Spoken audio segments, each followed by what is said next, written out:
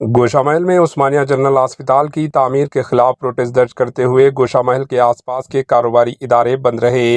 गोशामहल हल्के के तहत पूरा मोहल्ला रुका हुआ था और जुमे के दिन वीरान व सुनसान नजर आया।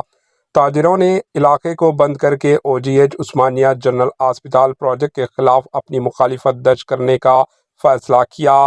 ताहम गोशामहल के रिहायशियों और कारोबारी मालकीन ने अस्पताल की तामीर करने पर एतराज़ जाहिर किया।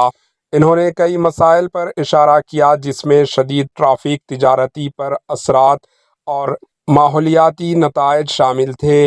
बंद की वजह से गोशामहल में पुलिस की भारी टीमें तैनात की गई थी। Bureau report, AHN news.